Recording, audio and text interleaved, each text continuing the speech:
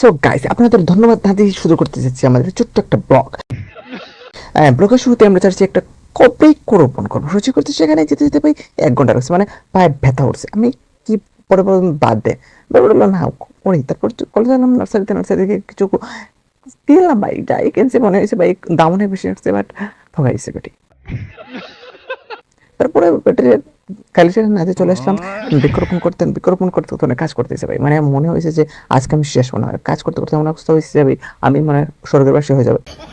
তারপরে মনে হচ্ছে ভাই না, কষ্ট করা উচিত, কারণ ওই সাথে এটা ফুল দিবে পরে আমার নাতিতে খাবে না, আমি নিজেও খাবো, সেটা আমি জানি না। তবে আমার খাবো আশা করি, তবে আমি যদি বেঁচে থাকি আর কি, তো ছোট আশা তো রাখতে পারি আমি। যাই হোক, অনেক কষ্ট করার পর, মানে কাজ করার পর তারপর বৃক্ষরোপণ কর্মসূচি আরম্ভ করলাম, মানে বৃক্ষরোপণ করতে আরম্ভ করলাম আর কি।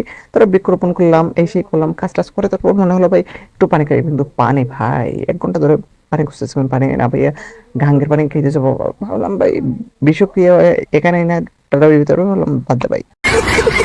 তারপর শুরু করলাম আবার বৃক্ষরোপণ শুরু করার পর প্রায় অনেক সময় কাজ করতেছি।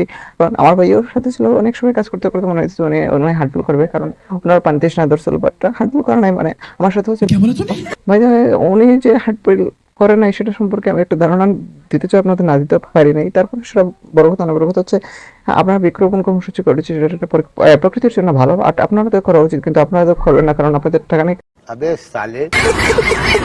কারণ আপনারা ফকির থেকে আরো গরিব থেকে, আর আমি তো ফকির আছি বর্তমানে, সেটা বড় কথা না। সো আপনাদের যে এত ধৈর্য ভাই, আমি প্রশংসা না করে পারতেছি না ভাই, but thank you so much ভিডিওটি দেখার জন্য, অ্যান্ড ফলো করে দেবেন।